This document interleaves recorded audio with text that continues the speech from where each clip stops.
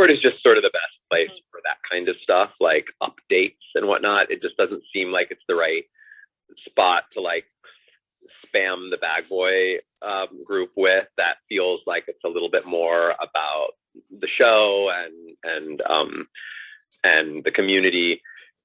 Anyway, if you go into the Discord and you read my whole thing in the app updates, it should be pretty self-explanatory.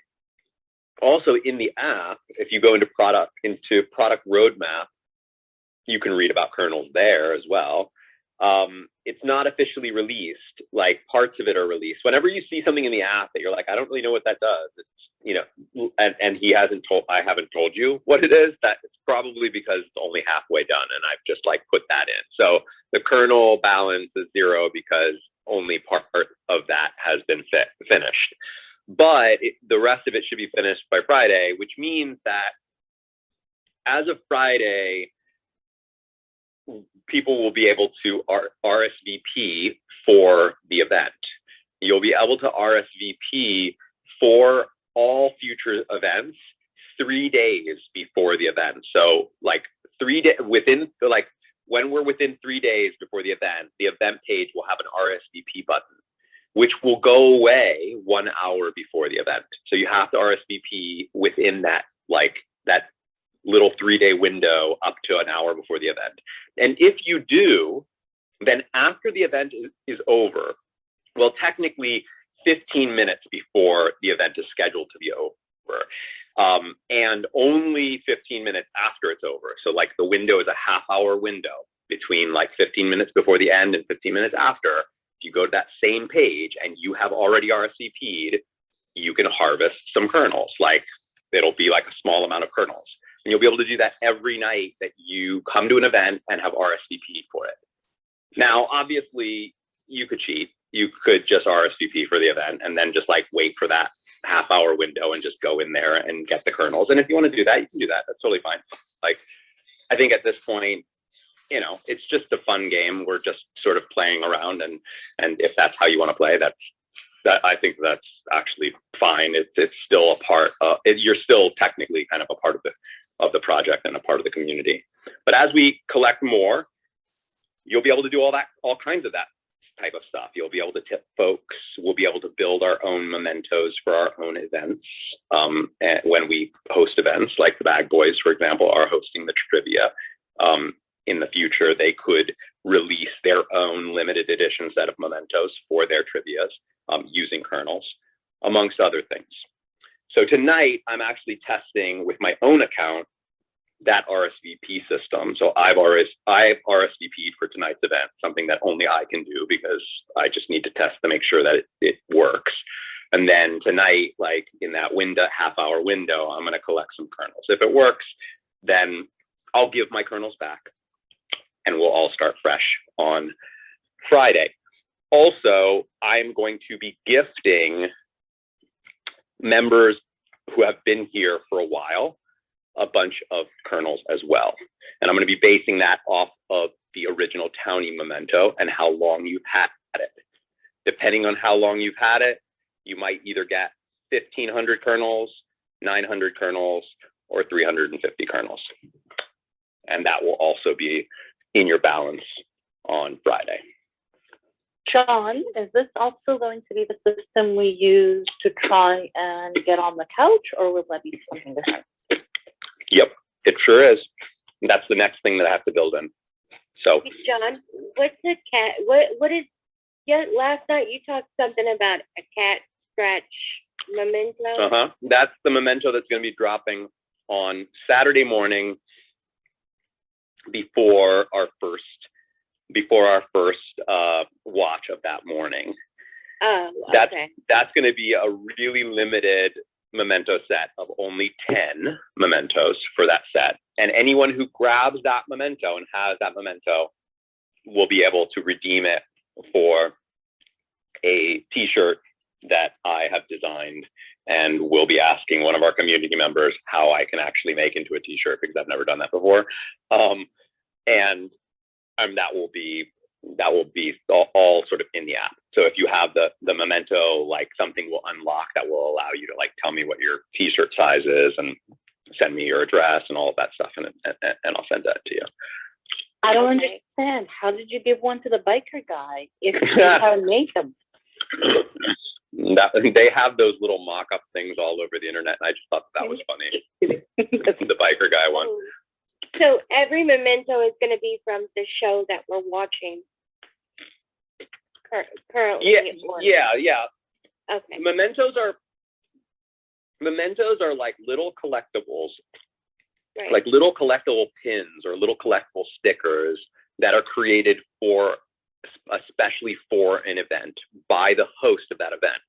So I'm the host of every one of these events. We've had now, I don't know what, 70 something of them or 60 something of these watches, all of them events. I could have created a memento for all of them, but I've only created them for specific watches that, you know, maybe something that I thought was like a really exciting thing that happened in an episode, or to commemorate a specific, I don't know, like this weekend's our marathon weekend. So I'm dropping the cat scratch memento then. Yesterday was the appearance of Gil, so I dropped a memento then. But in theory, I could drop a memento every night. But the thing is that mementos are going to require kernels to make them. So that means that mementos are not just something that you could just like easily make, you know, like out of thin air. Like they come with a little bit of, well, they come with the time that you spent here in the community. So they have that specialness sort of embedded in them. If that makes any sense. Awesome. Also, not to like be crass or anything, but there's unlocks on the kernel thing, and I cannot stop thinking about Digger now that I understand the joke. And I thought the same thing. forever on, every time I look at that, I'm gonna remember that episode. So I think At least we know that John called it that before he heard that joke in the show. What that I called it? That you put the umlauts. Oh, that I put the umlauts on there? Yeah. I mean, I presume it's German. It is, because it's actually the nickname, like one of the nicknames that we have for our daughter. We call her the Colonel. Oh, I think I've seen you post that before. Yeah. She's like a little kernel of corn. That's cute. And so I came up with that, and then of course the episode happened, and I was like, oh, okay, well that's weird. It's not the same thing though. No, it's not. All right, we're over. Let's dive in. Sorry, I just wanted to chat about some of that stuff beforehand. Oh, one more thing that I want to mention.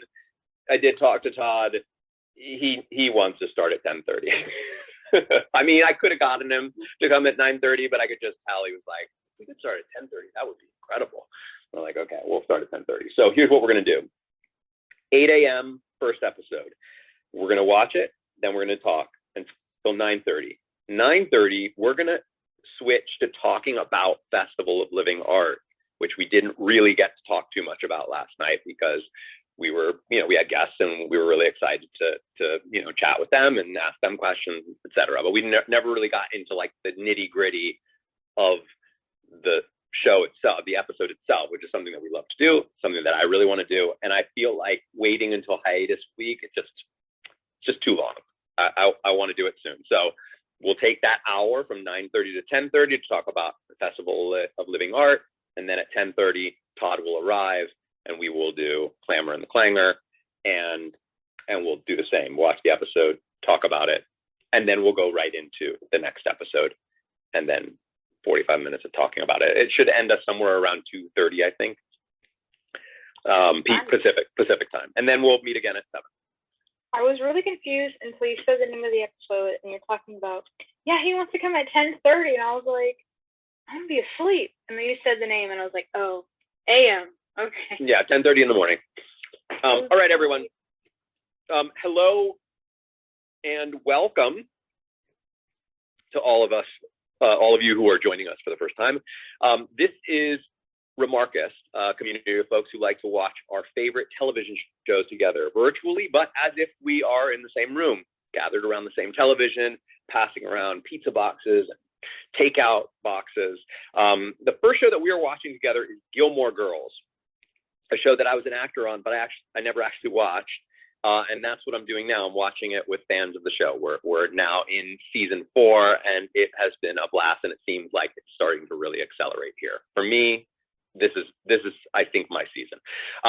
Those who arrive early can grab a seat on what we call the couch. That's this area up top here with 15 of us that have little microphones next to our avatars. That means that we can chat during the episode, as if we were creating a sort of social DVD style commentary track. There are no real rules to how much or how little we chat. We can chat whenever we feel the urge, same as if we were casually just, watching together in person. However, we do hit our sweet spot when we keep our remarks to what is happening in the episode. We try our best to squeeze those remarks into the air between dialogues so that we can still follow what's going on in the show. And when we do have longer thoughts or we want to have a conversation, we save those for after the show, because we're going to stick around for 45 minutes afterwards to chat about what we saw. We always avoid talking about future episodes. I know it's tempting. Some of you have watched this twice, maybe, but there are some of us who haven't seen it at all.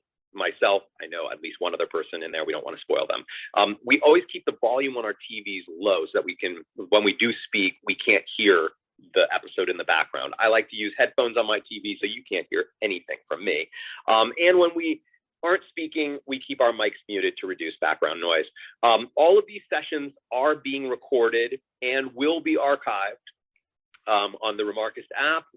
Currently, they're being archived on a YouTube channel, which, if you want the address to, any one of the community members can send you that. If you don't feel comfortable being recorded or having your recorded remarks available to the public, then just don't come up on the couch or don't speak. We sometimes do have snags, and I sometimes have snacks, so that if you lose your internet or you get knocked out of the room, you can just come right back in, and you'll still be on the couch as you were before. If the episode cuts off for you and you need to figure out where you are and how to catch back up to us, there's an easy way to do that. You can get our Remarkist app at remarkist.com. Sign up for an account. You're going to need an account for this, and then go over to the event calendar and into the page for this particular event, where you will see a time code. And that's where we are in the episode. Also, if you want to participate in some of this stuff that we've been talking about, earning kernels and collecting mementos, all of which comes with like lots of fun gamey stuff, including prizes and invitations to special events, both in the digitally in the app, as well as some live events that we're going to be doing in the future. You're going to also want that to get that app and to get an account there as well. If you don't want to have an account, you don't want to download the app and you still need that time code, there's a very easy way to do that. You just go to my Instagram account, where I have an Instagram live feed playing with the time code. You can find my Instagram account just by tapping my avatar at the top, opening up my profile, and you'll see the Instagram link there. We always skip ahead past the previously on, so that we always start at the beginning of the actual episode. And tonight on Netflix, there is a previously on, so skip ahead. You're going to need to get to minute 1, it seems, in the episode, and it looks like it's just exactly where we picked up last night. We've only done that once before in the entire series. Can anyone tell us what other episode picked up right after? The Dean breakup in season 1. Correct. All right, I'm going to turn my recorder on. I don't get why you're saying it picks up from right where we left before, but okay. I see Rory and That's the end of the recap. Yeah, that's the recap. no, that's the end of the recap. Yeah, the beginning of the episode is like a minute and 2. Yeah, you need to get 101. So it's so the beginning of the episode is a minute later. It's like 101. It's at 101. Yeah. It fades to black and then it starts again. So it's like 1 minute 1 second or 1 minute 2 seconds. All right. Okay, Did you so just you're skip still seeing recap? them run across the Got it. lock. Okay. All right. Yeah. Then scratch what I just said. This episode does not start. There's only one episode so far in the entire series that starts right where we left off, and that is the breakup in part 2. All right. I have started my recorder. Those of you who have been here before know what we're doing next. If you're Remark new, timer? what's up? The Remarcus timer? The Remarcus timer. Yeah, I got to do that. Thank you. You're welcome. The name of this episode is Die Jerk. Wow. Okay. While you're doing that, John, do you remember when you asked our favorite characters and I said mine will come later? Let's just say it begins tonight. Oh, I have a feeling I know who it is because I was spoiled on a picture. Is it Danny Strong? We will see. Yeah. I was spoiled. All right. So those of you who are joining us new, get your remotes ready. We're going to all press our play buttons on the count of 3. 1, 2, 3.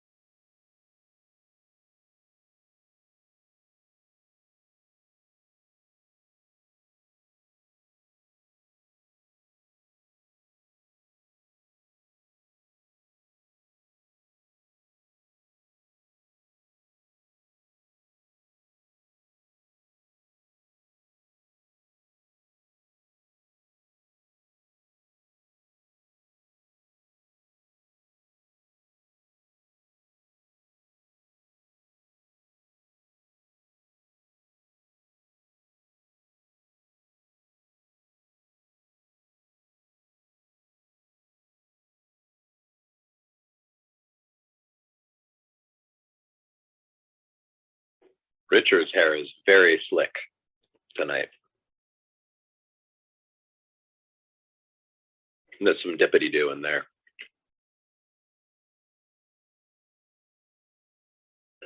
Dippity-doo. Have you ever used it? Dippity-doo, yeah. I mean, when I was a kid, I used dippity-doo. Does dippity-doo still? My grandfather used it. It's like a grandpa type thing. I think I used it because my grandpa used it.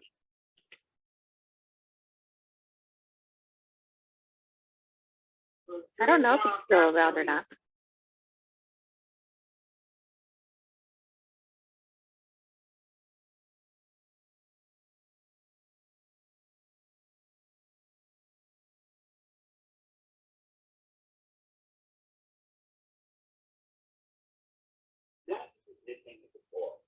Per the internet, dippity-doo is still around.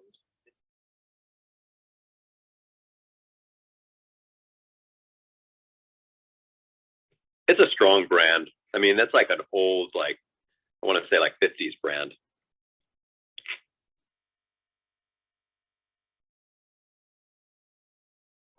I thought it was a song.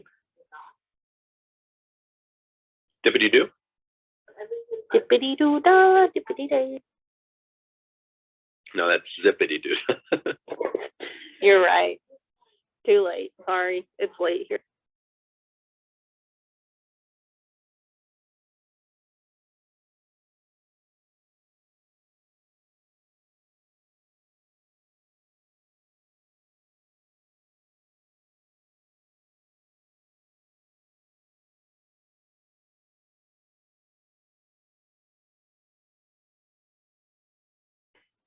Well, Emily didn't sound like she had a good time in Atlantic City.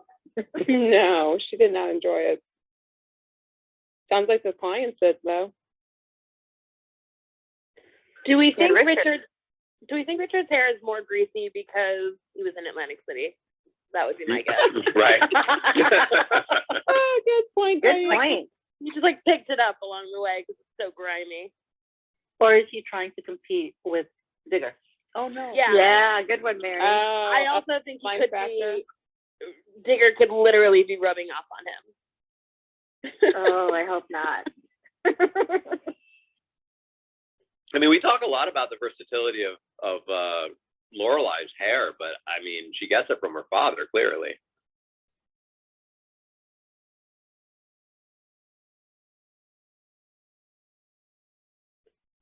I'm an idiot. I paused the credits, so I have no idea where we are. 4 minutes 19.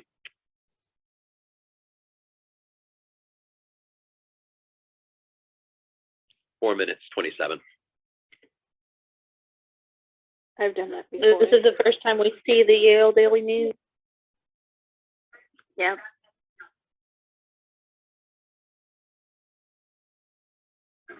This is my new favorite character. Well, always has been, really. He is my Twitter banner Same here. with one of his most iconic t-shirts ever. Doyle? I love Doyle. I know. Never really had a strong opinion. Me neither. You know he gets eaten by a lion. Well, thanks. Now I can't say that. I'm not going to say why he's my favorite till later. It's the lion. Feeds himself right to it. I can see why he's your favorite character. Yeah, he gets eaten right after John gets decapitated.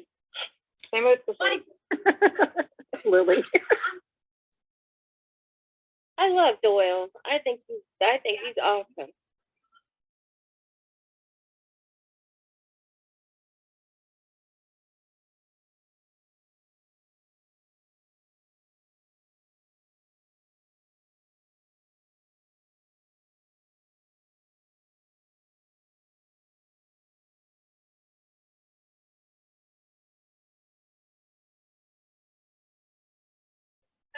Lane's hair looks way longer than it was like in the last episode. Or is that just me? Lane's hair does look really long. I think her hair was curly in the last episode, but kind of wavy. So now it's straighter and longer. Also, is Lily taller or is she just wearing like boots or something? Rory? Yeah.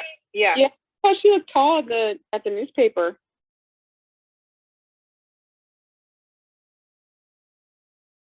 How many doors over is Sookie and Jackson's from Mrs. Kim's? Has anybody figured that out? I've never thought about it, but it must not be many. I think it's just like 3 or 4. I know on I when think- I WB tour. I don't think it's that many. I don't think it could be. Yeah, 3 or maybe 4. just 2. I think it's two. 2 to 3, yeah. I don't know if it's even 3. So it's been a week since last episode. There's just not that many houses on that block, as many as you would think. This is my favorite Michelle part. I don't know why, but I just love him in this part.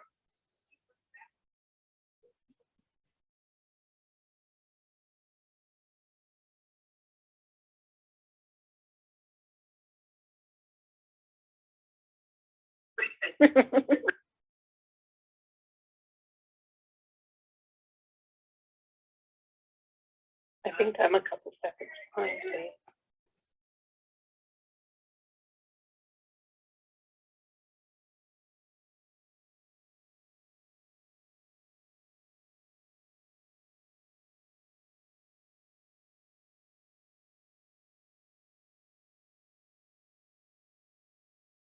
Was that a real baby or is that one of those ones reborn? Water babies. Yeah, the reborn baby. He looked real. It was I think that looked real, but it might not have been. Those water babies are really, really realistic. Yay, Bruce.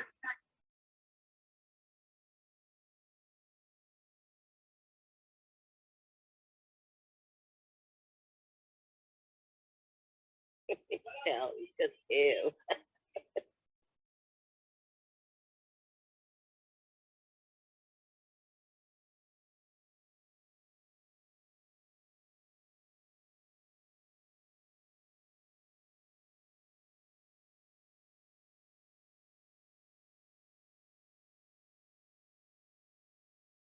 Oh my goodness. I mean, that is true-ish.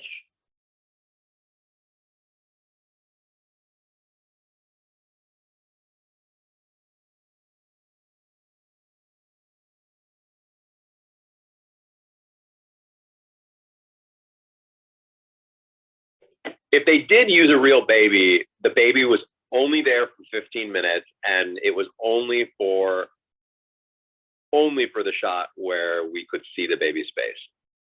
And then as soon as it moved, the shot changed and you couldn't see the face, baby's not there anymore.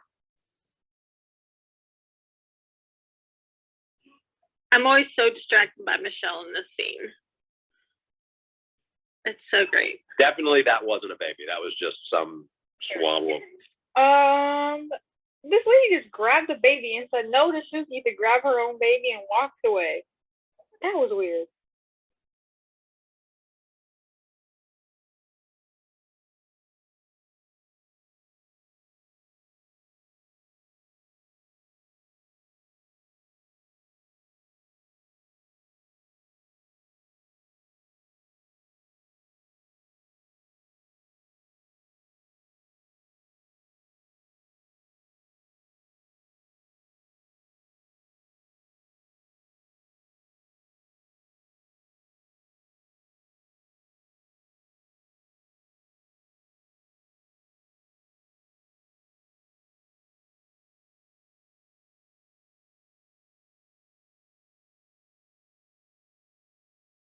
She can't accept that maybe she's not the best at everything.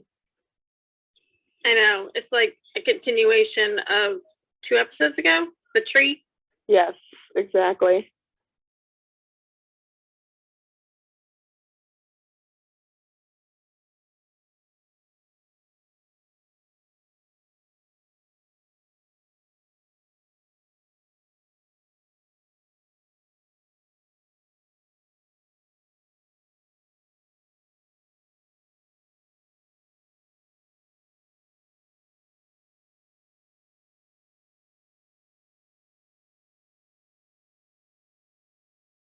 I love that he thinks that's a pep talk.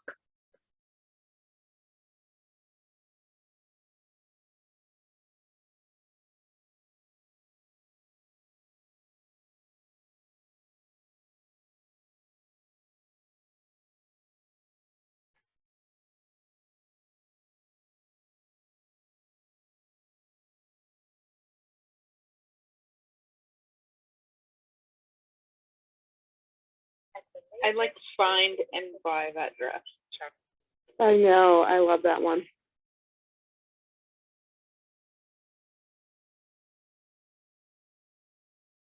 Only problem is they both are very tall and they're all so long.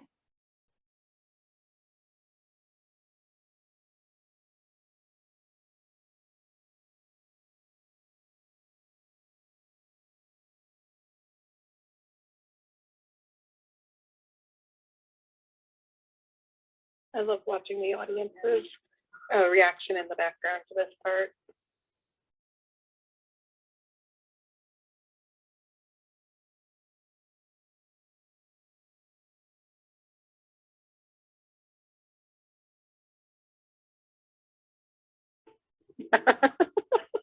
New meaning in nutcracker. The guy next to them just like grinning, hilarious.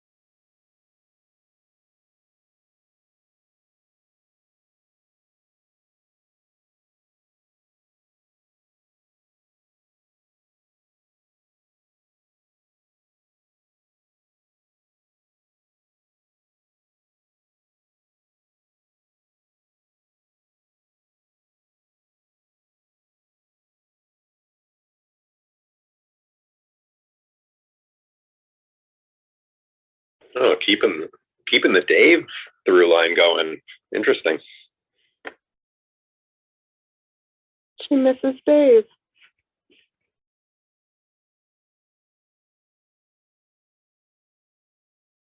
I wonder if they thought maybe they could get him back, or if they thought like, oh, well, we'll see how this OC thing goes. That's exactly what I was thinking. It's because it was a like really unknown show at the beginning, or like when it was being planned. Yeah, I'm sure that's what it was. I just saw Adam Brody in Jennifer's Body, and I can't like unsee that character when they talk about Dave.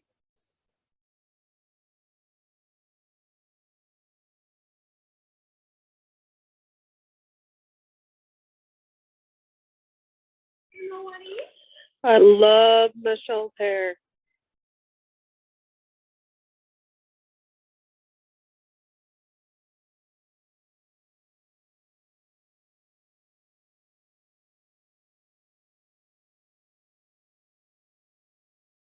Interesting reaction.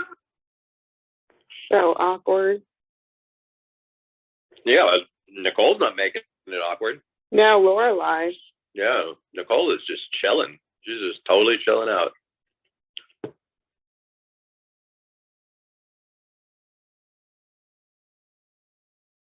I realized the other night where I recognized her from. She's on The New Adventures of Old Christine. She was one of the meanie moms. Oh, I remember that show.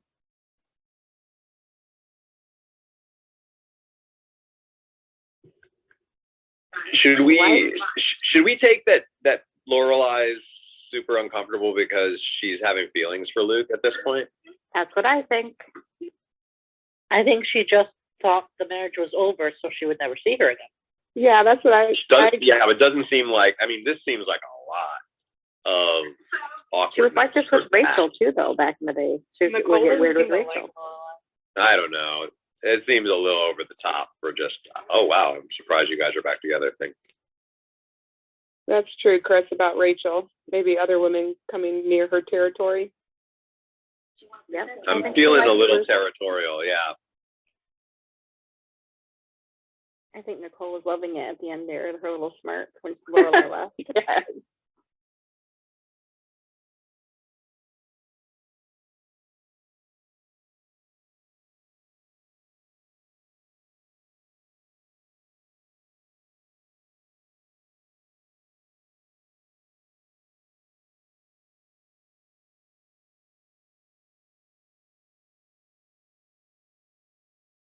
Wow.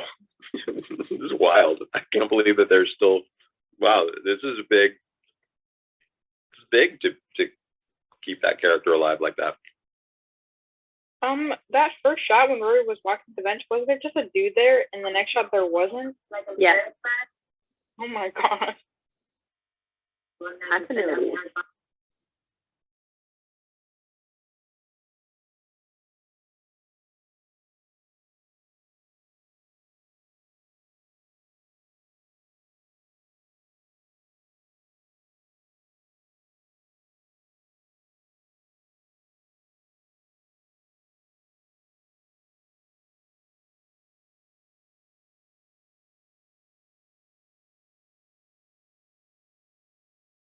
I mean, if Dave just started college, then I guess you can assume that Zach and Brian are starting college age, whether we started college or not.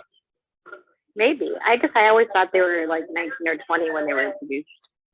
I feel like they mentioned them being 18 years old, though, at some point in the past.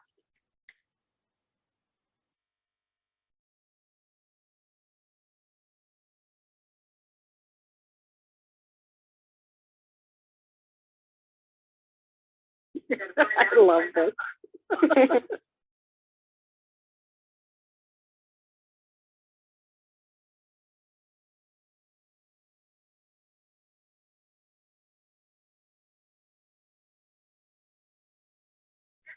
I'd feel safe from creep if I live with Paris.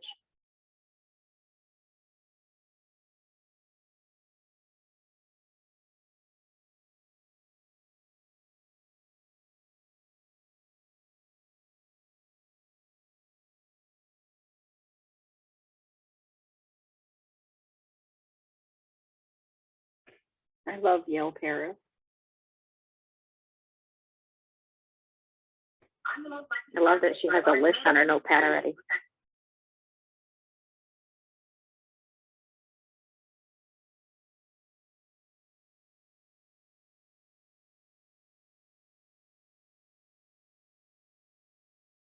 We're done.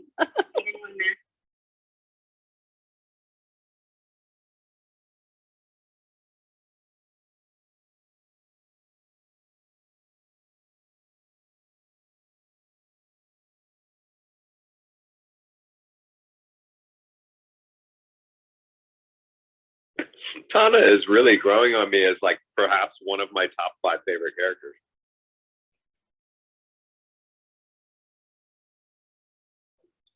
Curious, John, if you know, how hard was it to do scenes where they had to move through a full diner like this?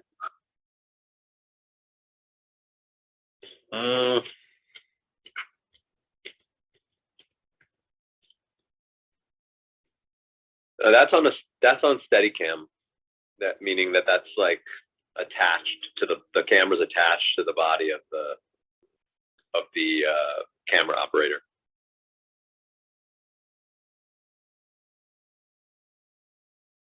People are moving out of the way, right? Like, so when they move into an angle where the people behind, some of those people are out of the way now. I was always kind of impressed with how they maneuver around the diner when they have all the people in there like that.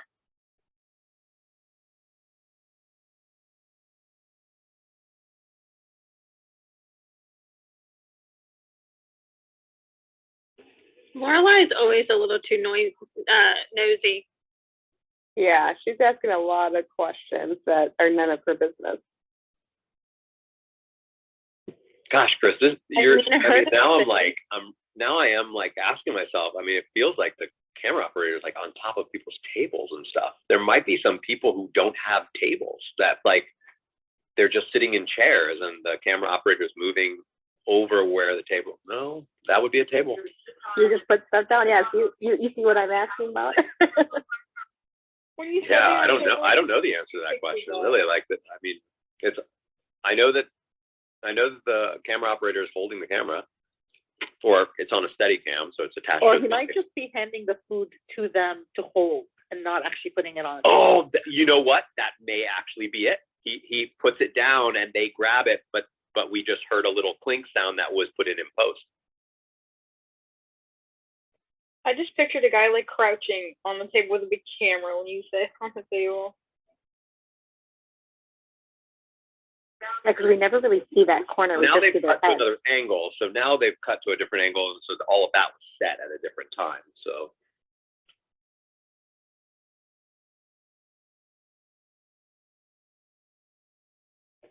She's exhausting in the scene. Yeah. She's dramatic. It's what she does. True. I mean, in her defense, he kind of did the same thing with Max.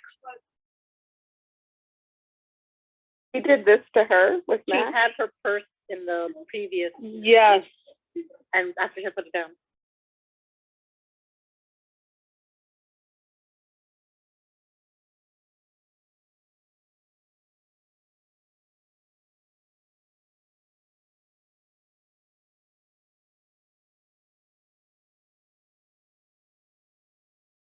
I feel like this is some sort of little prank. I think this is a prank.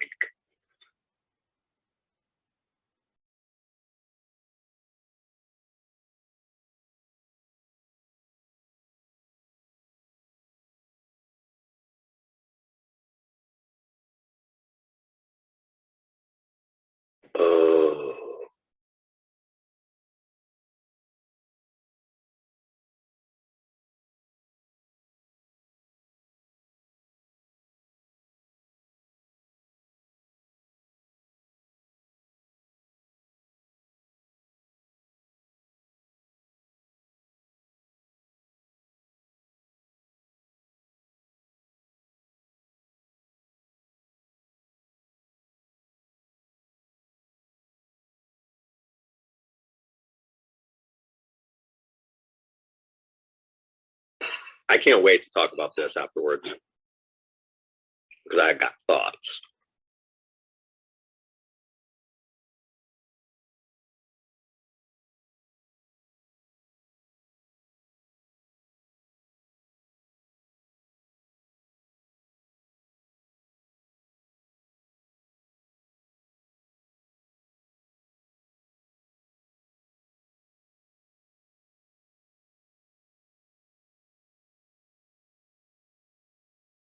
$3 seems pretty light for a professional ballerina. Yeah, that's hardly anything. I danced my entire childhood. maybe that's why she got the bad review.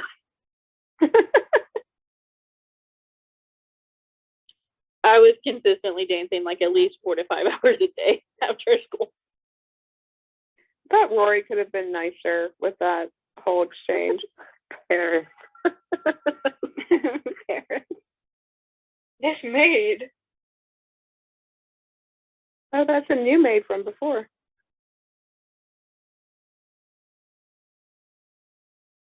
Yeah, wasn't the maid at the beginning blonde? Yeah, she was a different woman.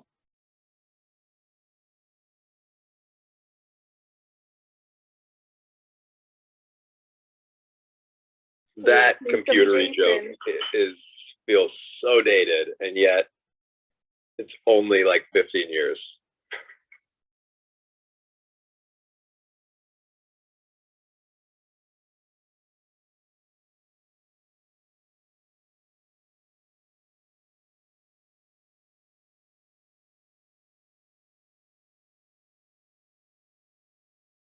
Or in French, Wi-Fi. Oh yeah, Wi-Fi. I call it Wi-Fi all the time. Or Wi-Fi.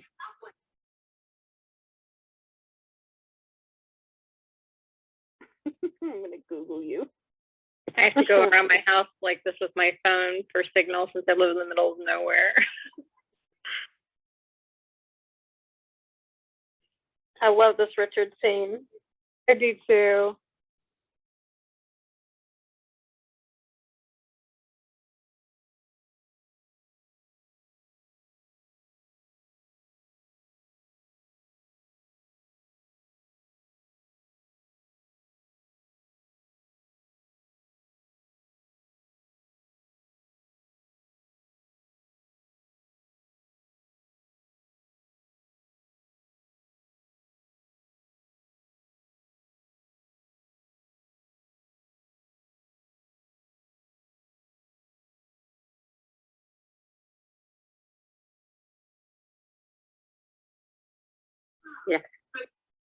Yeah, slow your roll.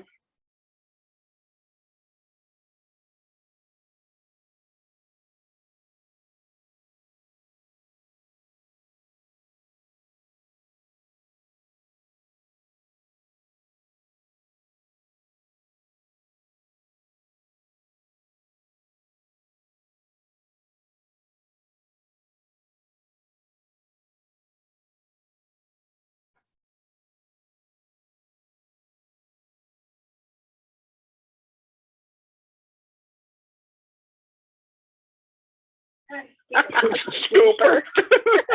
Scooper. I want to call him Scooper from now on. Oh, Watch that be a password for something.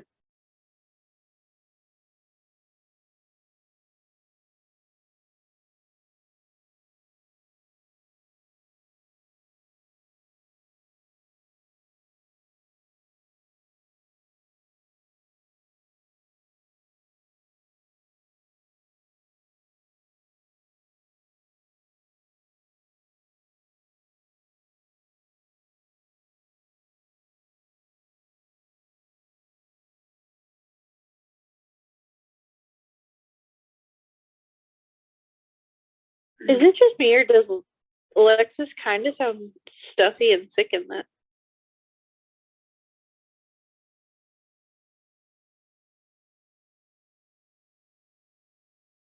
Yeah, she does.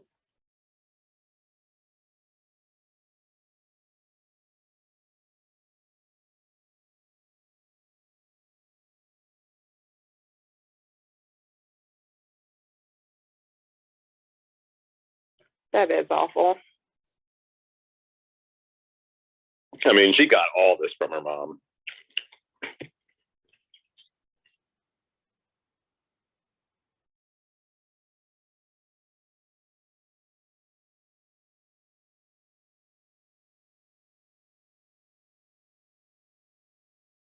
You would not go to write an article like that today. You would be absolutely like demolished in the press.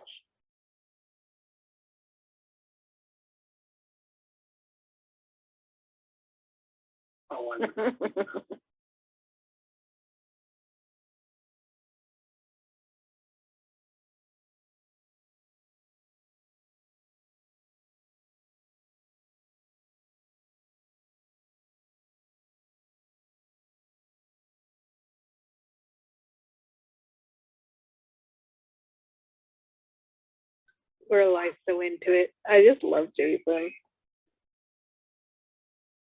I love hearing Emily praise cheeseburgers.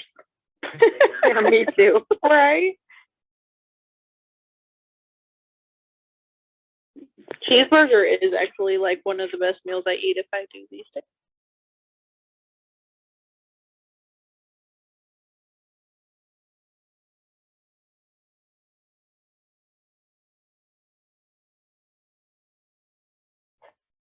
I have a bunch of frozen cheeseburgers in my freezer. You can just see her say in her head, I mean, okay, fine. I have to give it to him. I mean, it was pretty slick, but But ick, yeah. okay, look how close he's sitting. Because you kind of get the sense that what he's saying is, I'll get your mother to allow me to stay. Right. That is what he said. Yeah. In Emily, No, he got Richard to get him to stay. But Emily's the ultimate one who invites him. Yeah, but she did it begrudgingly. It doesn't matter. She still did it, and that was the challenge that Lorelai gave him. I just think it's weird how close he's sitting between Rory and Emily, and they didn't space them out on that side of the table. Is that Emily trying to make him uncomfortable by being so close? Yes. Yes, it is.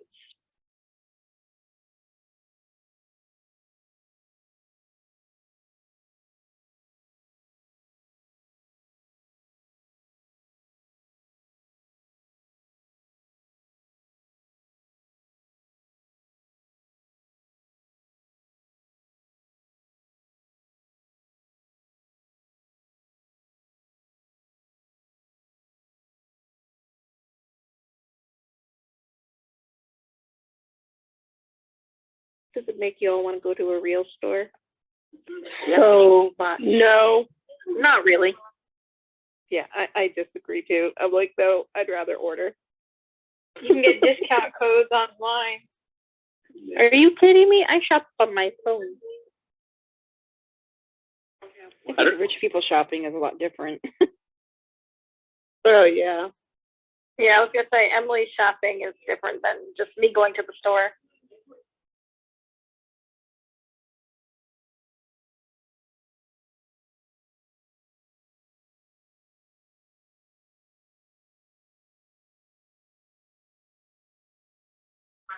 Yay, Christopher. And Emily's so happy. You guys are happy someone was a bully? All because you just dislike Jason when he's so nice? Yep.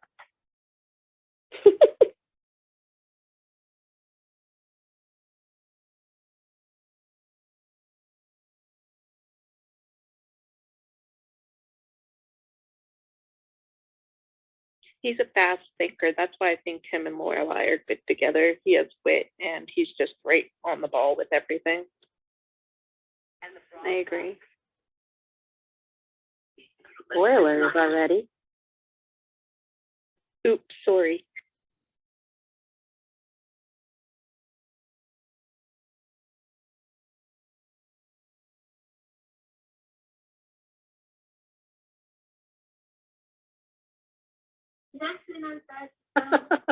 Richard's logic. Crazy. I just love that they were gonna go to the ballet at Yale.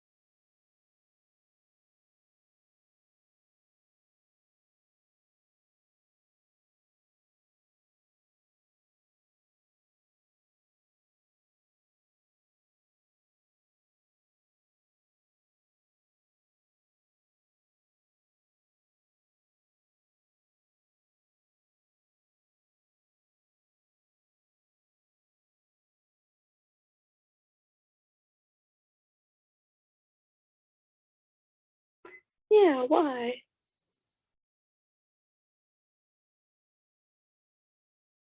This whole interaction is just comical to me.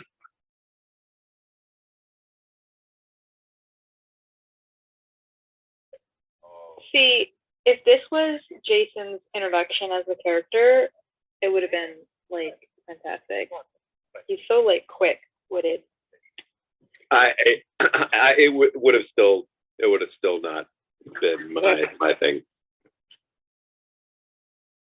Everybody on the show is quick-witted. So, most Well, there's everybody. more going on there than just wit, you know.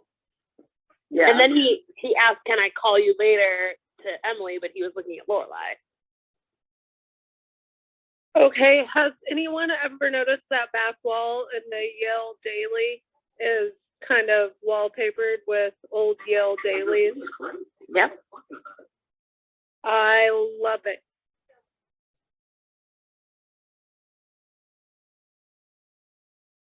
Can I stop calling her the hippo?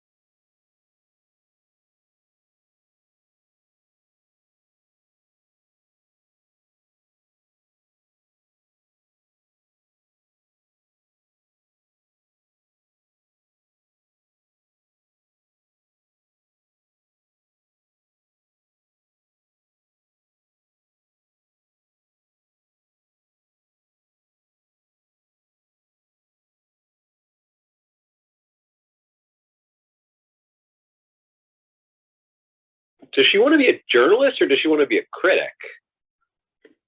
She has to write for every department to Journalist. get the job. That makes sense. And so Doyle is the department that Doyle is specifically reviews. No, Doyle's the editor. Doyle, yeah, Doyle's the editor. We had to do the same thing at my college newspaper.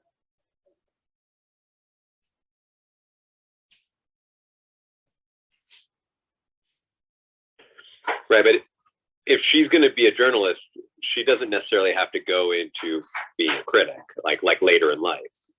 Right, just for her audition for the newspaper. Or whatever they call it.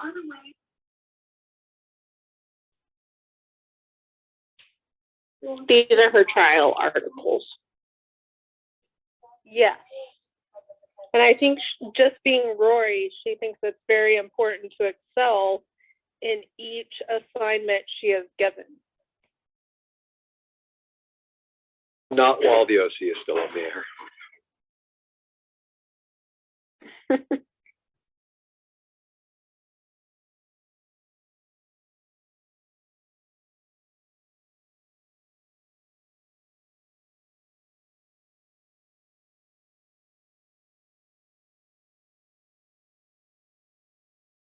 I love Miss Kim.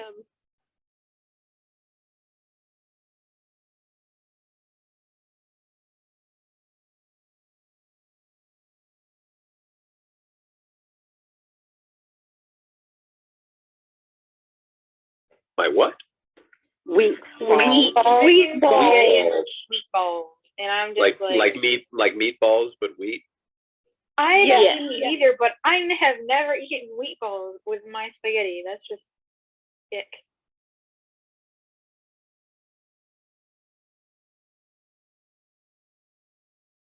Well, at first she was gonna make gluten patties. Like, who eats gluten patties? Even if you are a vegan. Not me.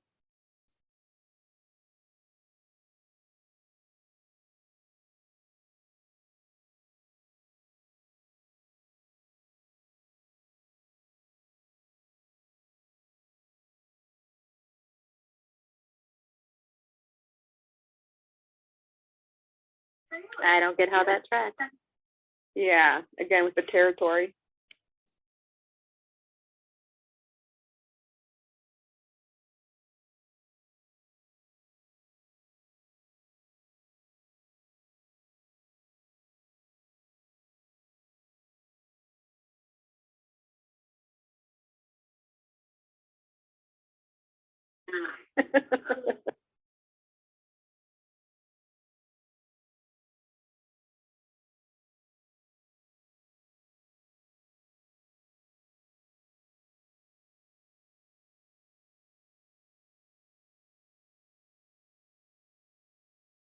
I'm getting a migraine, so I'm gonna ditch early. See you all tomorrow. Sorry about Feel that, better. Sabrina. Feel better. Feel better. Bye.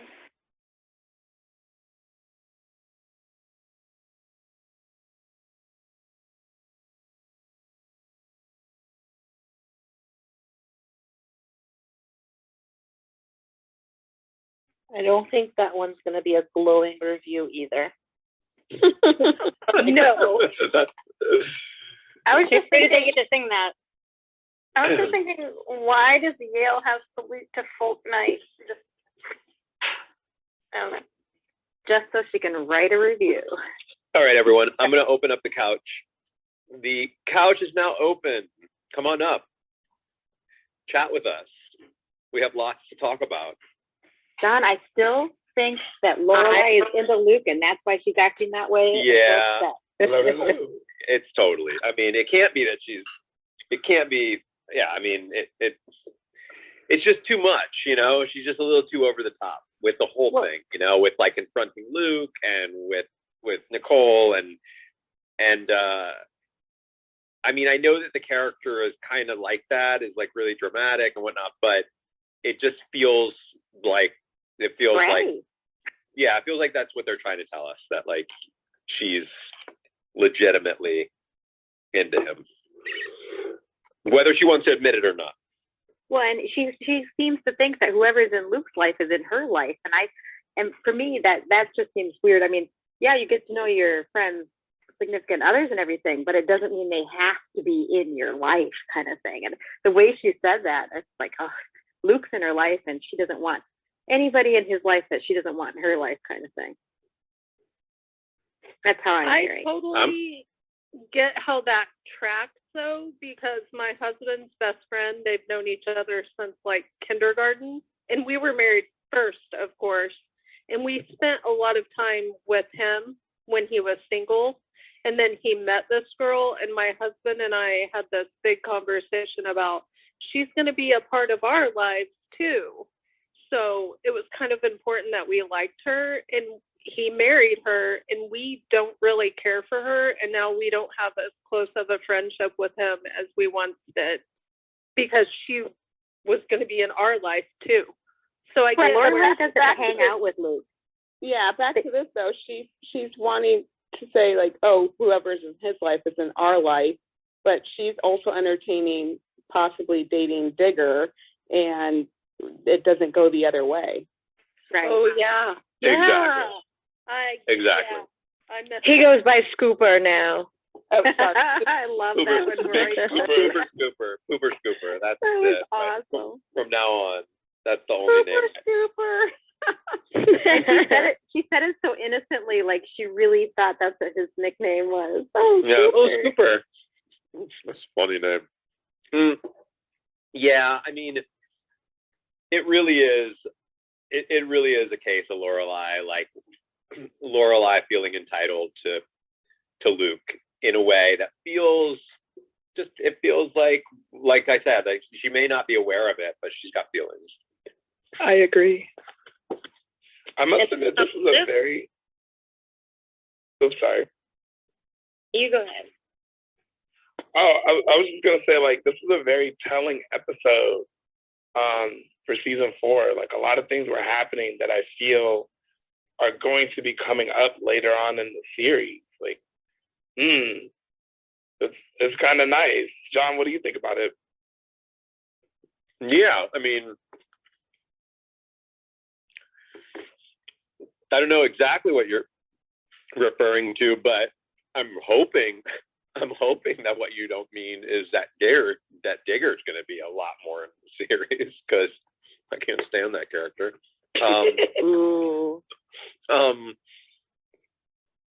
And what else? I mean, you know, we had a little bit of the Sookie's baby, and we had the Nicole stuff, which, I mean, actually, I have to be honest, like, I'm still waiting for something horrible to happen here with this Nicole character, because as of right now, I like her just fine.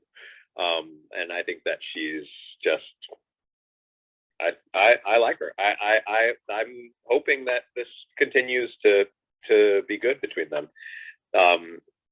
Well, of course, also hoping that we get a little bit of narrative conflict. Dave Rogalski, is that what you're feeling? Maybe. Well, I guess clarify, Carl. What specifically do you feel is this this episode sort of teasing for what's to come? You're asking for spoilers, John. Yeah, I can't give out spoilers. Oh, okay. The brand is right. John, I'm sorry. that question. He doesn't know the future yet. Yeah, I don't know. That's true. I don't know the future. I really don't. I'm trying to think. Like, I'm thinking, is this?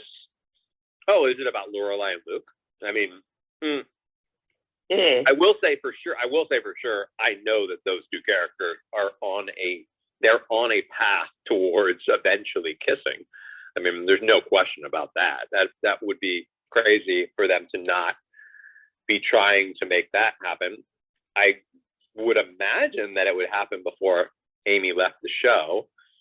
I hope it does, because then we would get it with Amy and not with the season 7 writers without her. But that's the only thing that I can think of is this teasing something? I mean, I know that the Nicole thing is going to turn into something, because I feel like we've talked a lot about her, and there's some sense of animosity towards her within the Gilmore Girls fandom that I just am not seeing yet. So I'm imagining that might come. But other than that, not a lot. Oh, maybe I think you could also say, like, Rory's becoming more, like, sure and mature now that she's in college. Like, with the whole, like, well, I did get kind of accosted by this chick, but, you know, that's how it goes. But, like, before she was, like, really timid, and I couldn't really find the words, but when she was at dinner with her grandparents, I feel like she, like, aged, like, 5 years backwards when they were talking about her article, and she was just like, well, I didn't mean to do that. Like, she, like, seemed, like, really like a child, and then by the end of the episode, she was, like, really sort of more confident and sure of herself. I think that's definitely some of the mistakes that she's, like, actually coming into college age now. Yeah, I will say that while I think I sympathize with a young person in college trying to find their way, struggling against all of this, like, pressure and, you know, social pressure and all and pressure to do well and to succeed and all of that kind of stuff. I don't really like what it's doing to that character. Like I thought that the review stuff was kind of gross, personally. I know that it's like, I mean, that's kind of what we've been, you know, we've sort of been conditioned to accept that, like, the Gilmores are like snarky like that. But I wouldn't have thought that I would have imagined that would be something like Lorelai would do, but I don't know. Maybe I'm also a little sensitive to just reviewing in general. I think that like really scathing reviews like that are really meant for the writer. It's meant for the writer more than it is for the reader. About the sorry, go ahead. Yeah, that's all that I was going to say. About the Yale Daily News, I actually have a good friend who was the editor or the managing editor of the Yale Daily News around like 2002, and he told me that the Gilmore Girls team came to Yale to do research and like sat in on a lot of their editorial meetings and were actually there on hand to kind of get a sense of like the real sort of goings on of the Yale Daily News. So I might reach out to him and ask him like if he remembers specifically what they took away from it, because I wonder how that would kind of like what they added to the show that was really a reflection of the real thing. That is so badass. To follow up on what you were saying, John, I think that was Lorelai's point when she said to Rory, "You don't write as mean as you talk." Right? Like I think that was a surprise. No, like at least from Lorelai, she didn't expect Rory's tone to be that way, and that the review would be so scathing, even though she was sitting right next to her watching the same thing. So I feel like that was kind of like Amy's way of saying she also doesn't agree with Rory's way. Yeah. I mean, I've because coming from before being in Los Angeles, coming from Chicago, a theater town, and just being surrounded by productions, friends doing productions and whatnot, reviews are just they're the lifeblood of the theater scene in Chicago. I'm sure it's the same in New York. And yeah, I mean, every once in a while, like something like that would pop up, and it's kind of devastating for and so it's like I don't know, I got a little like during that part. And I guess you're right. That the writers were kind of it was designed to make you kind of be like, I hope that I'm not the only one that felt like that. You know what, Mary? Emily, to me, was writing that because she's so harsh and descriptive. Mm-hmm. Emily was coming out through Rory's writing. Yeah, like I'm glad that you brought up Amy Sherman Palladino, Mary, and that's kind of like her viewpoint on this situation, that you don't write as mean as you talk. Because I noticed that for this episode, it was written by Daniel Palladino.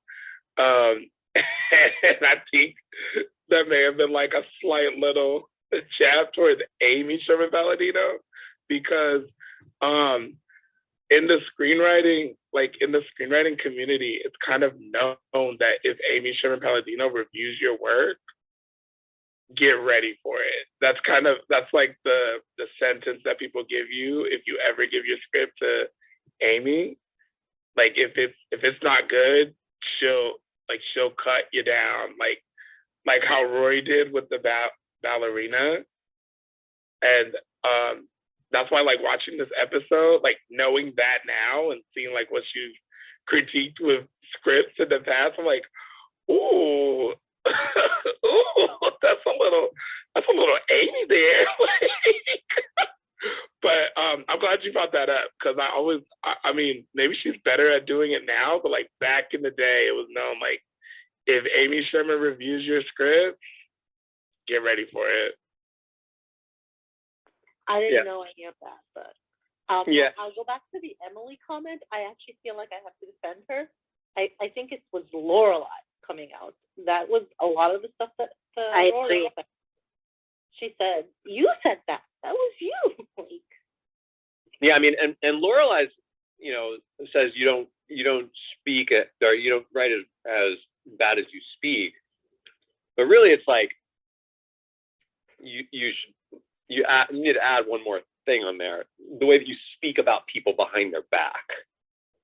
Because a lot of that snark is not to people's faces. That a lot of the really nasty things that are said between them, without the person around. And Rory wrote that for the world to see.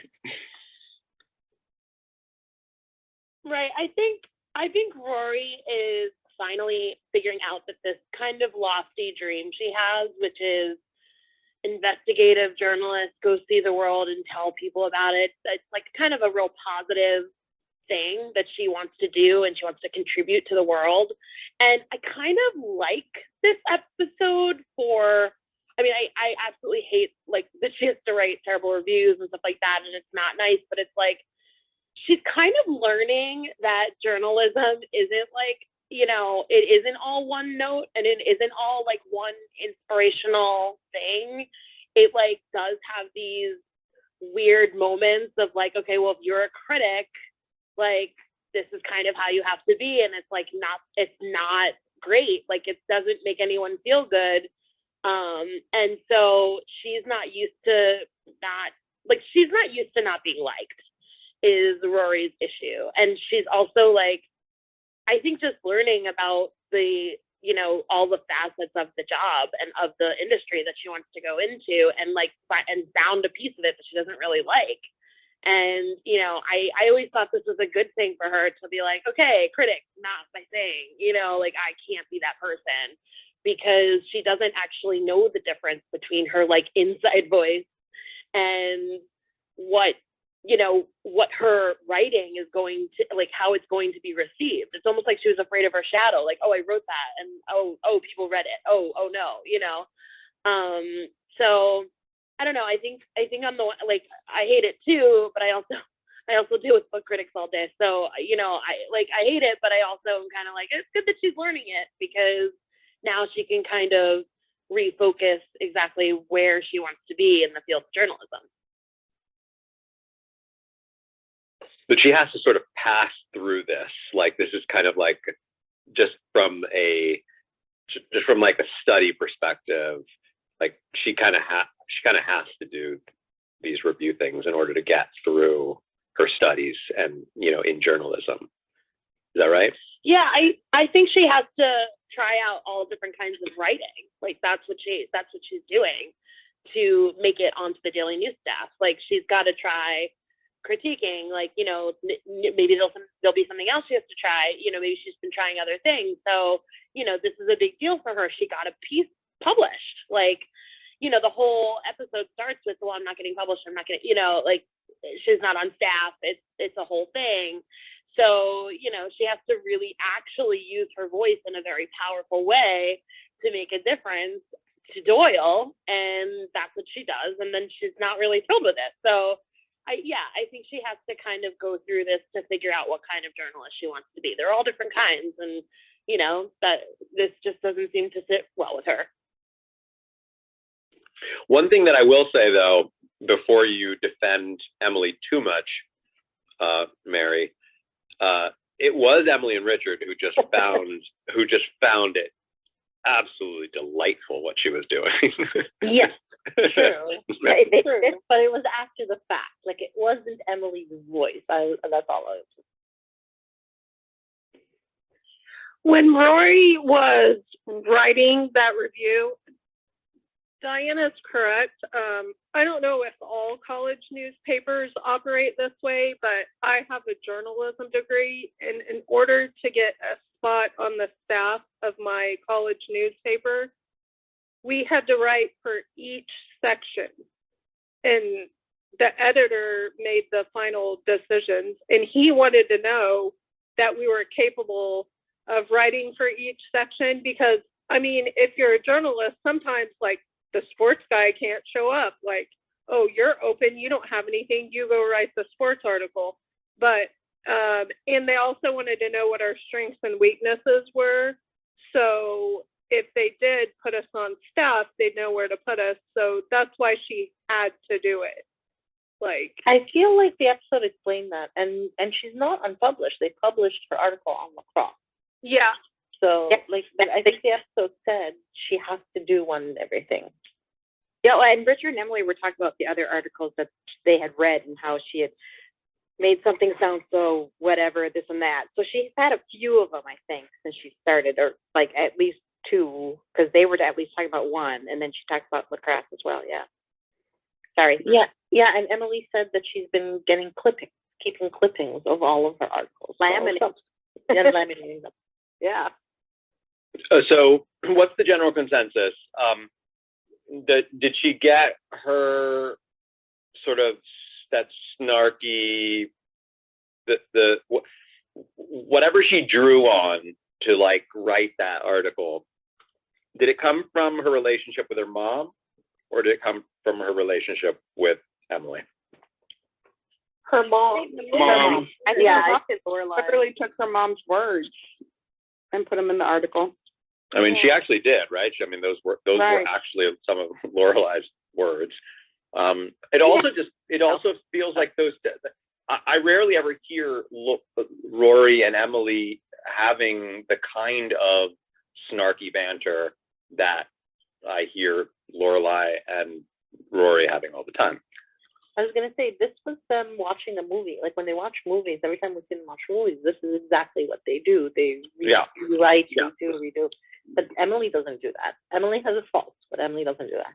But I think that I actually don't think that it's a big deal that the two of them do that kind of thing while watching movies. They're in their house, they're alone. It's just the two of them. I do agree that it's sort of this, Rory learning about the difference between her inside and her outside voice. Who was that said that? Was that Diana? Yeah, that was me. No. Give me a colonel now. Thank you. Or give me a tip. Colonel coming your way. The one thing that I'm enjoying the most about Rory right now is that she doesn't have an emotional attachment to any guy. She's doing college. She's doing her thing out there, and there's no real, Marty's around, but Marty's her friend. There's no Dean, there's no Jazz, there's no nobody. So I'm kind of enjoying this little season without Rory having somebody following behind her so far.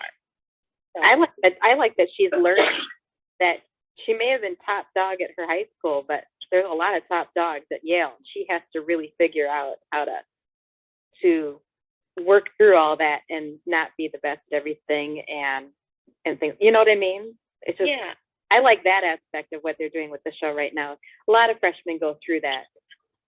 So Also to build on that, we were just talking about Lorelai and Rory. They discuss pop culture and movies, and they think they're so smart. They really are smart. But that's how they talk about stuff is they're super intelligent about it, and and then Rory goes to Yale, and she's in a completely different environment where she. Michelle, you should come join us on Clubhouse. And did I have my mic on? Sorry, I'm talking to somebody I'm talking to somebody on Instagram Live. Michelle in Michigan is on Instagram Live, and I'm trying to convince her to come on over to Clubhouse and share some of her opinions, because she does not agree. She does not agree with the general consensus that it comes from Lorelai. Oh, she believes that it comes from Emily. Go on, Diane. And she has a good point. She has some good points that she's making. She says that the way that Emily behaves, with her outside voice, is more in line with what Rory did, right? If we're talking about the difference between inside and outside voice, Emily does use an outside voice that is as cruel as that. Well, I agree with that too, because Emily did say oh, I'm so, like, she referenced, oh, was that the hippo, you know, like, and she also was like, oh, great, I'm so glad you wrote that. Now I won't go see the play, or I won't go see the ballet. But I also like need us all to picture Emily and Richard getting dressed up to go to the Yale ballet, because that's Yes. I will say though that my only problem with the "it came from Emily" argument, Michelle, who's on Instagram Live, is that they don't spend enough time together. I mean, that's just the bottom line. Rory spends a considerable amount of time with her mother, who does make those kind of comments behind people's backs, like in private. And where did Lorelai get it from? Probably Emily. There's a connection. Well, that I definitely can see the line from Emily to Lorelai to Rory for sure. Yeah. Yeah. Not just Emily, just from everybody in that world. They are all kind of like that. People who kind of live in the upper class world, they if they tend to look down on others, they do kind of get that snarky, mean kind of thing going when they're talking about others. And sometimes even in a almost polite, but it's not a polite way of, like they're being mean, but they sound like they're being polite or whatever.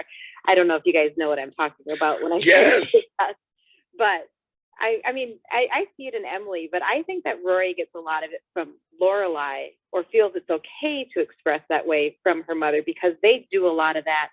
And Rory just has it in her. And I'm not saying Rory's a mean person by nature or anything, but she definitely has it in her, because she has had those kind of discussions even with Lane or other people, just like sometimes little snide remarks that she makes about people when she doesn't like something or someone without Lorelai around. So, I mean, it's just, sometimes it's just in people. And as it came out in this article, she wanted to prove to Doyle that she could give her opinion, and that was her opinion about the play. She just wrote it down.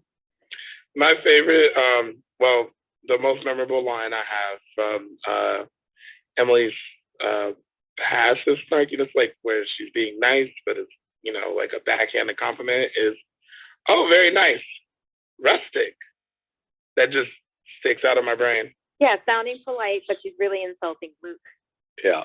Hey, really quick, Anna, I know that you're raising your hand and trying to come up. I keep trying to bring you up, but it's not letting me.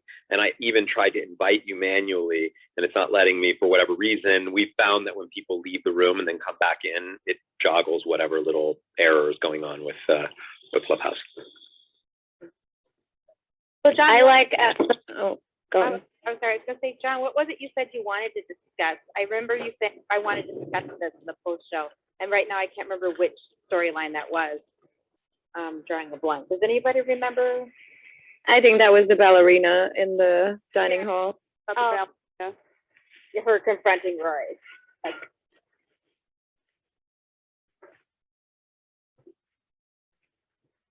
And whistle.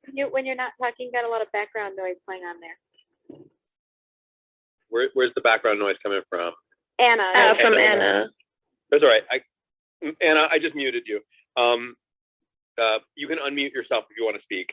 It's the little microphone in the lower right-hand corner of the screen. It was that. It was before they actually. I believe they actually. Before the article was even written, it was the talking about the ballerina in the audience. It was just, I don't know. I didn't really like it. Well, it's a lot of body shaming that, as someone mentioned, no one would do these days. It's just not right. True. Yeah. Yeah. I don't know. My sister is a dancer from like the world of like, ballet and like. And I've been in that world and just, I feel like it wasn't even okay back then. In that yeah, world, yeah.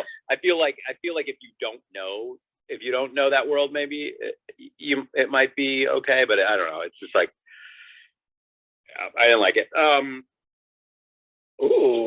Wasn't the impression that the audience was giving was that it was just really she was fumbling, tripping. She kicked her dance partner between the legs. No, because here's the thing: is that if you've been dancing as much as she has, as much as she puts in, and as often as she dances, and for as many years as she dances, if she's on the wait list at Miami City Ballet, like, you know, if these are truly what's going on, then at worst she's just not that good. And, you know, she's just not that good. And most people, even non-dancers, could probably see it. There's no way that she was doing what they were describing. That was ultra snark. That, like, you would never be able to get on the wait list at Miami City Ballet. You would never, you know, somebody who's been dancing that many years and puts in that many hours a day and that many days a week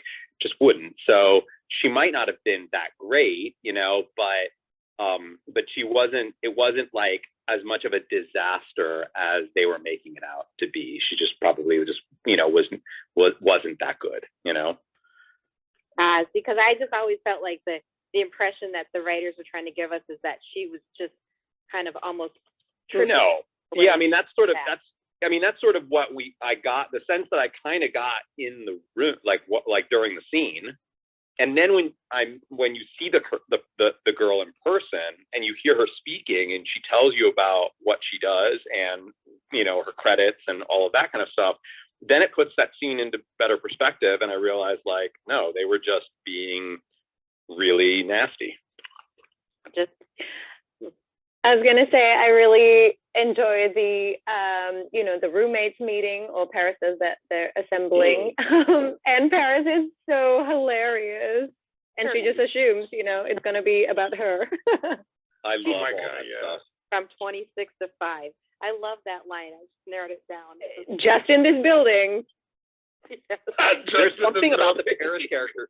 There's something about that Paris character that's just so different from the first 3 seasons of the show. She's just I don't know. There's just a big transformation in regards to that character that I love. I absolutely love it. But she's just, to me, nothing like the Paris from Chilton. And I think that's because, remember when she first came in, when they were all checking into their rooms and everything, and she told Rory, nobody knows me here. I can be somebody different. I think she's really trying to be who she would have liked to be versus all those kids she grew up with thought she was. That's right. What I... But then later at the party, she did snap and tell everybody to get out. So there's, you know, some good old Paris left in there. Thank God for that. Yeah, a little bit. Yeah. Just in general, she just seems real nutty. Just really, really nutty in a great way, but just so nutty. Way more than at Children. At Children, she just always seemed edgy. I love it. It's also nice that Rory still talks to Lane all the time, and that is my smooth segue into asking you, John. You were really surprised that I was still mentioning Dave Rogalski in this episode. Majorly. I mean, I had no idea that character was even referenced ever again. I was surprised. And I just have to imagine that they weren't totally sure that his show would last, which happens all the time, you know, like, I mean, in fact, the chances that it wouldn't last are way higher than it would last. So the idea that he would be out of a job halfway through the season, they could have even canceled the show like halfway through the season if it wasn't performing well. And they just suddenly would be able to, like, I mean, and now that I think about it, like, how wild would that have been? I mean, like, how wild would that have been? What if the OC didn't perform and they found themselves at the beginning of season 5, or maybe even the end of season 4, in the position to bring back Dave Rogalski?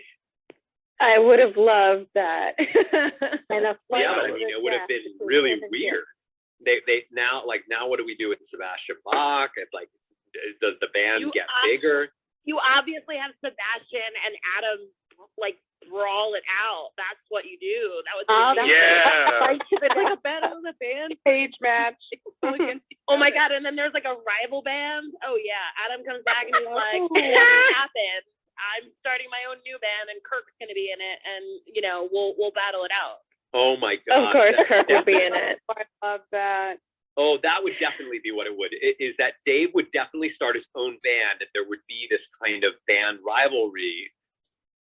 But at the same time, there's still the love, the tension between Lane and Dave, and that love story continues to build. Right, because but then because Zach is like, oh wait a minute, I think I might, I don't know, like Zach gets in there, or like Zach and Brian have to like choose between the two bands.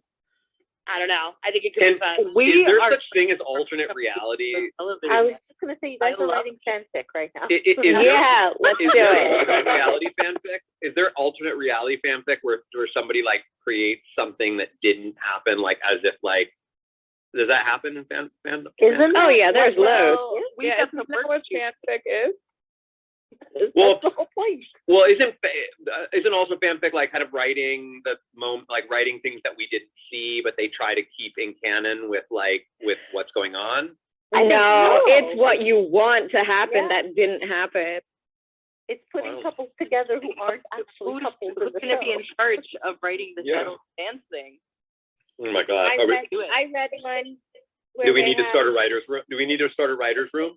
I think this is amazing. First of all, Rachel, will you represent us in our lawsuit again? The lawsuit that's going to be slapped on us by Warner Brothers. Yes, for Colonel. I read. I don't know. I say that Gil would win the battle of the bands since he pulled out Holla Back Girl. And he's got the hair. I do love that they make it that Dave is in California, just like Tristan left to go to North Carolina. It's great. I agree. I love that. By the way, everyone, the half-hour window for me to collect my kernels is now, and I tried and it failed. So it's a good test. We believe in you. I'll have it fixed. Hey, John, when you were talking about the cat scratch earlier, did you give the clue? Did I miss it? I didn't give the clue. Okay, and I was going to ask. I'm going to give the clue now because there's some folks who want to get going. Okay, the clue for cat scratch. Next clue.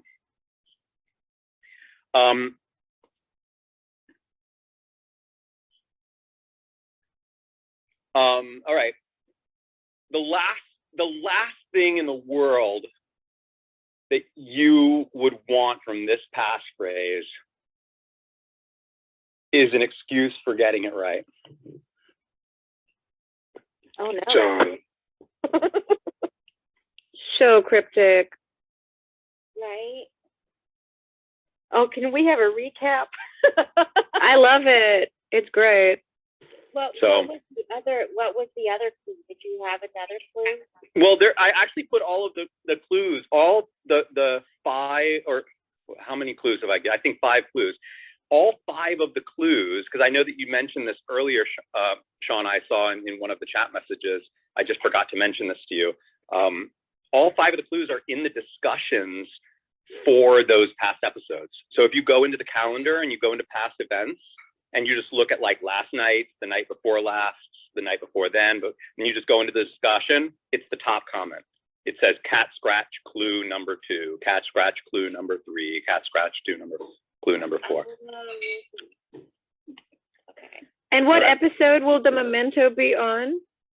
It will be it will be at the beginning before we even start the episode. So I'm actually gonna probably open the room early. Early that day. And we start the episode at 8, so I might actually open the room as early as like 7:45 or maybe even 7:40, because I'm gonna I'm going to drop the memento right when I let everyone know how to get the password. I'm not going to give you the password. I'm going to give you how to get the password. And people are going to sort of, those who don't think they know what it is already are going to be racing for it.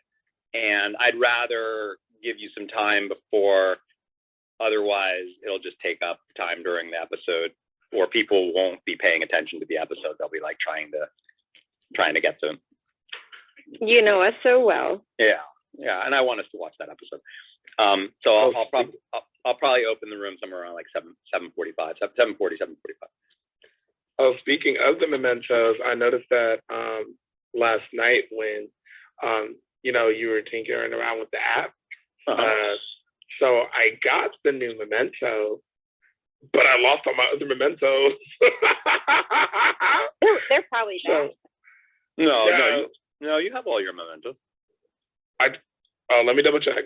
Because the only way that you wouldn't is if you happen to, because somebody else wrote me saying that they lost a memento, and then I was like, trying to problem solve, troubleshoot with them, and realized that they actually had two accounts.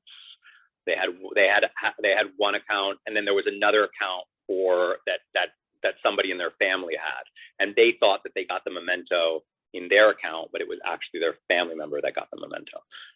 So just be careful if you don't sign in with the same exact email address, spelled exactly the same way, the system will think you're new and will give you a new account, at which point you won't have any mementos. And then you'll be, you see what I'm saying? Yeah, good thing that's not my case. I'm very lazy. I like to stay with one account. But I understand how that mix-up can happen. Yeah. All right. I'll just check over it, and if I still just have the one, I'll just remento them. Which one do you have? Oh, I got the Hep Alien one, the most recent one. The most recent one, and then which were the other two that you had? On God, I do not remember, because I was just chatting with the people here, and they were helping me get the mementos from the past. So I was like, oh my God, thank you so much. Oh, okay. And they were there, and I'll just like try and get them again. I mean, I think there were only two, so not even that big of a deal. Right. John, have all of the, like, I know you said that there's a 24-hour window and people can try claiming if it hasn't. Has the 24-hour window passed or not yet? I think it's probably about to, if it hasn't already. And there's actually one more memento.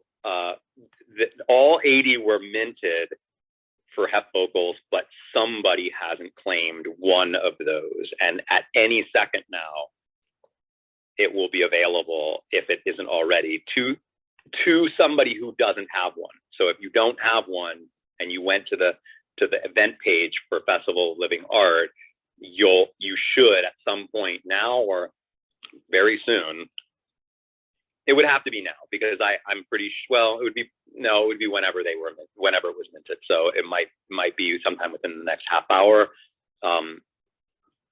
That one that hasn't been claimed will be available for anyone else to claim who has not gotten it already.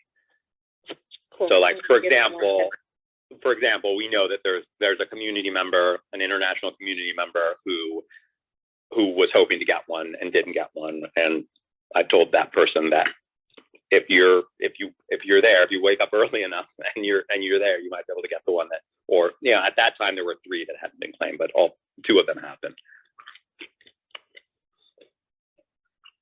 I will confess, since you mentioned it yesterday, John, that there was actually an unclaimed original townie. I went back and got it, and I feel like such a scam because I wasn't one, but I fully intended to be. I even downloaded the, Clubhouse app, and No, you're an original townie. I mean, look, this whole project is super, super young. There are still 8 more original townie mementos that haven't even been minted yet. So if you've joined our community within even the last week and you're really into this and you're imagining that you're going to stay for the rest of the season, or sorry, the rest of the series, like, you know, in my book, you're totally eligible for that. And if somebody's willing to give you the password, they probably also think that you are now a community member worth having that memento. And so, I mean,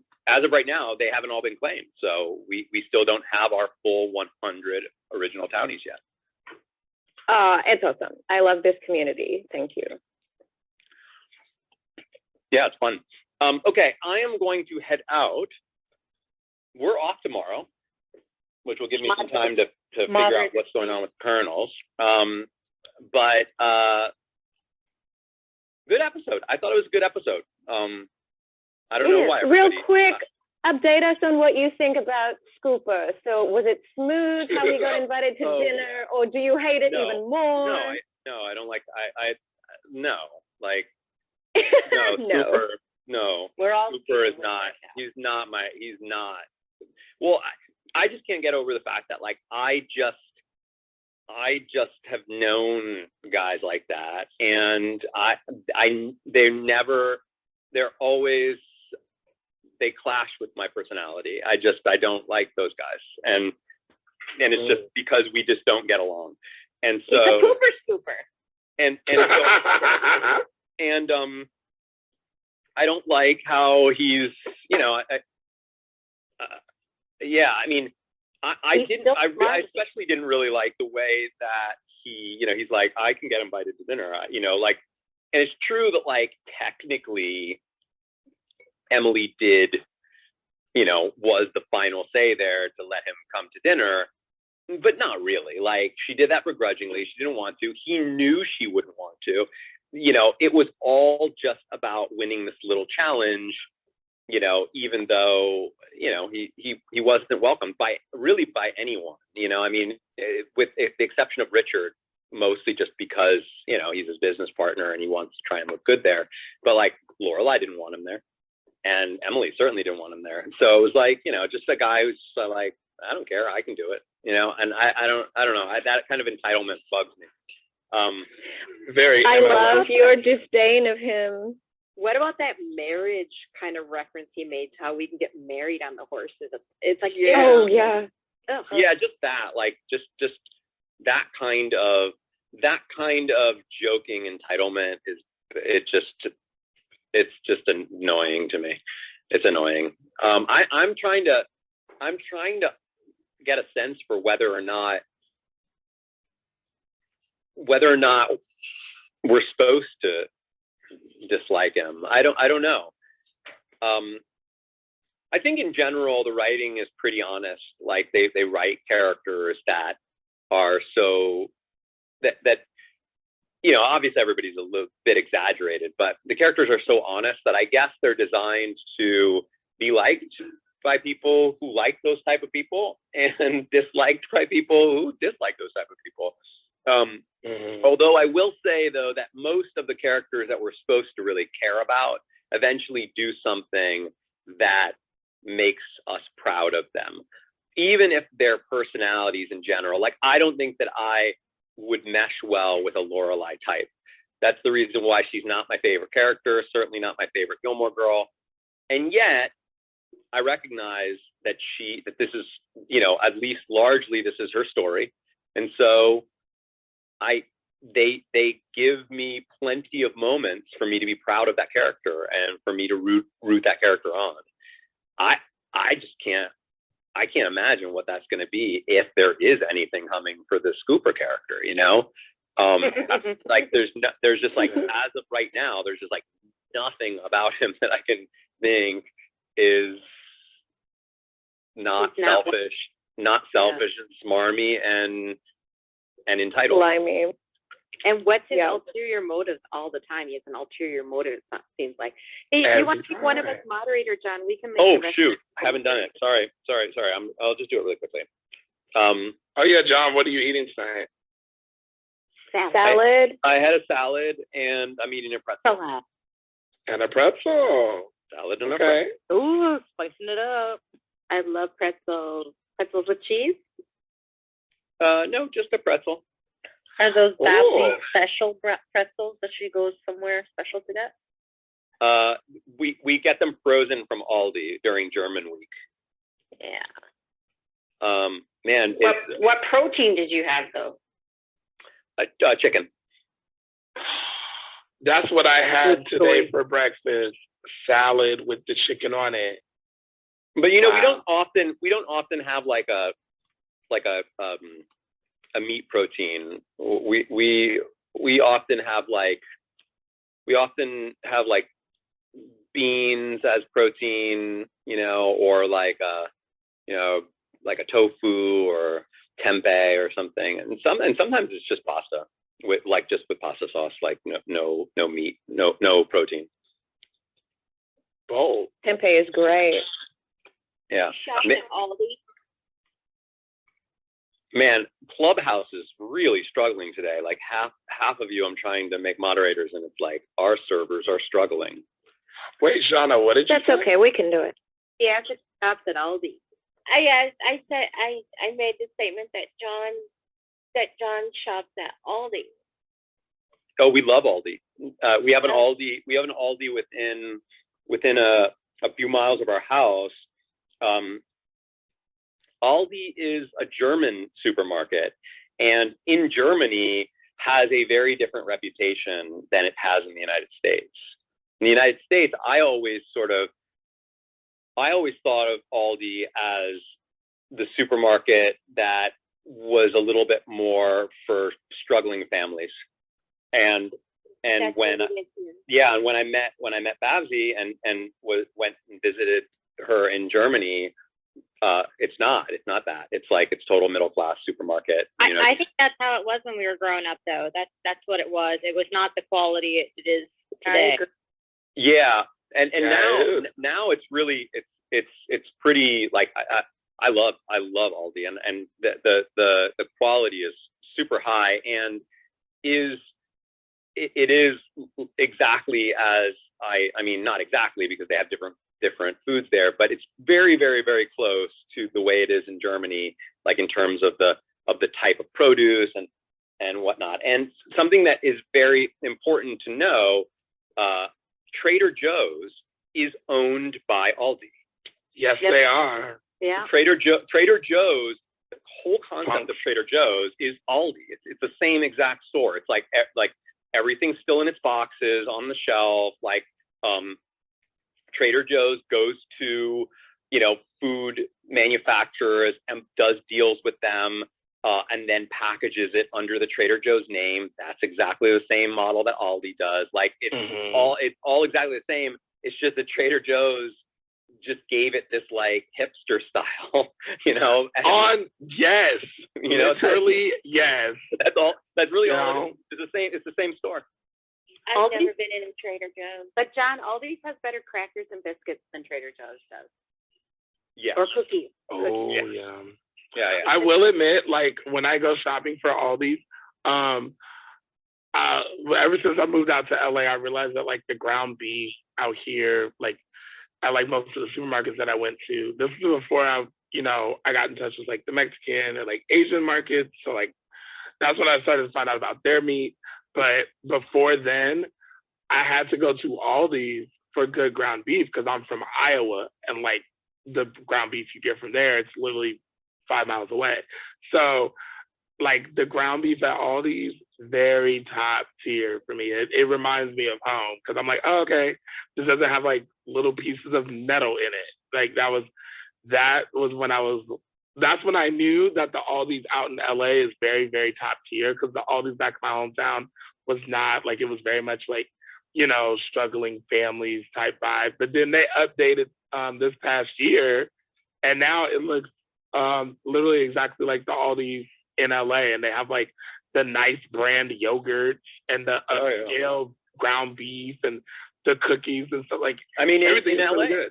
in LA, our Aldi's are kind of, you know, borderline upscale. They feel like, you know, some aspects of them feel like a little mini Whole Foods. They're really, really nice. And it's true. I like, all growing up, I associated Aldi as something very different.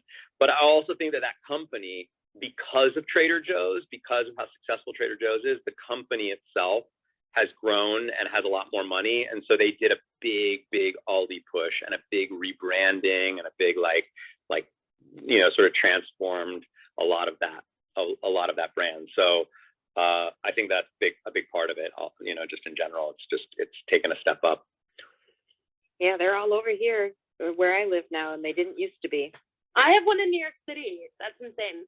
Mine is just a mere blocks away. I love it so much.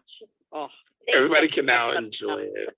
Aldi gives me anxiety though at this checkout line. I don't know why. I think because I would like to be nice and orderly when I check out and have things like they just they fly through so fast. And then like if I have my baby with me, I have to switch her to that other cart, and that drives me nuts because they. Oh yeah. So I think the whole thing. If I had 2 kids or something in a cart, I think I would be like really freaked out. My buddy Sheev actually just texted me saying that he does Aldi as well, but also does Lidl, which I love Lidl. Wait, does Lidl exist in the United States? No. I think it's primarily on the East Coast and in the South.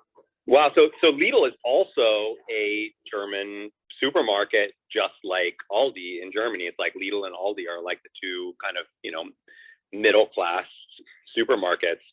And I had no idea that there were any Lidls in the United States. That's cool. Yeah, we have it on Long Island. My parents love it. Yeah, That's it's cool. just like more choices than Aldi. I love it. No. We don't have Aldi in Ontario. I don't think they're here in Canada. I don't think so either. No, they're not in Canada, but I know them from visiting the States, but no, they're not in Canada yet. I know them from the UK. Whenever I'm in the UK, I go to Aldi. I love all these. The one thing that I get at Aldi the most is like when I'm wanting something to drink is the Faygo Peach. Because when I lived in Indiana for 15 years, I could never find Faygo Peach. There was red, there was cola, and all kinds Cola? of. Yeah, Faygo Cola. I always found Faygo Beach in my hometown. That's wild. Yeah, I could not find Faygo Beach in Indiana for nothing.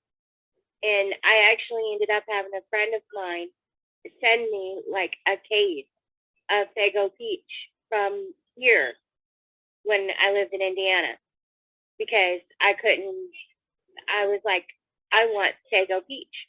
And then she was like, well, Aldi has it. And I'm like, I don't live anywhere near an Aldi because I lived in like a little itty bitty town that had like a IGA store, and that was it. So, yeah. Thanks for sharing your eating and shopping habits with us, John. Oh yeah, it's Enjoy your night off, John. Yeah, so we're back on Friday, 7 p.m. We actually have a big event for Friday. That's our tailgate event that's hosted by, or was organized, I guess, by the Bag Boy Facebook group. For those of you who don't know what I'm talking about, every once in a while we do these sort of theme nights where, based on something in the episode, we kind of, just everyone in the community who wants to sort of participates in like dressing up or setting up something that sort of fits the theme. Like in the past we did for There's the Rub, the spa episode, everyone like got their like cucumber water and face masks, and we all took pictures of ourselves and posted them online. We did a Wink Winkers in honor of Brian's first appearance, or the band's first appearance, really, where we all shared pictures of the big French fry charcuterie boards that we put together. So this Friday is going to be a tailgate party, because I guess we are going to some Yale football game or something. And so it's going to be a barbecue themed event, which basically means, you know, make a Bloody Mary for yourself, or in my case, a Bloody Caesar. You know, maybe take some shots of yourself grilling your dinner for that night and post them for everybody to see. It's just fun community stuff to get us all connected even more. What's the Bloody Caesar? A Bloody Caesar is a Bloody Mary made with clamato juice. People, come on. Clamato. In my defense, I don't drink alcohol. Canadians represent. That's a Canadian Clamato, drink. Clamato, folks. Keep up. Damn right, Mary. Yum, yum. Who loves a good clamato juice? Oh, Yeah. I do. I think my parents drink that. And also, don't it's a even Bloody know what it Caesar. This is in honor of the character Caesar on the show. Caesar. That's what I'm Nice save. Nice Thanks, save, buddy. You're on. All right, I'm Hail off. Caesar. I will see you all on Friday. See you later, John. Good night, everybody. Bye, John. Bye. Don't say goodbye. I'm on here. Whose baby was that? Whose kid was that? Anna, was that your child?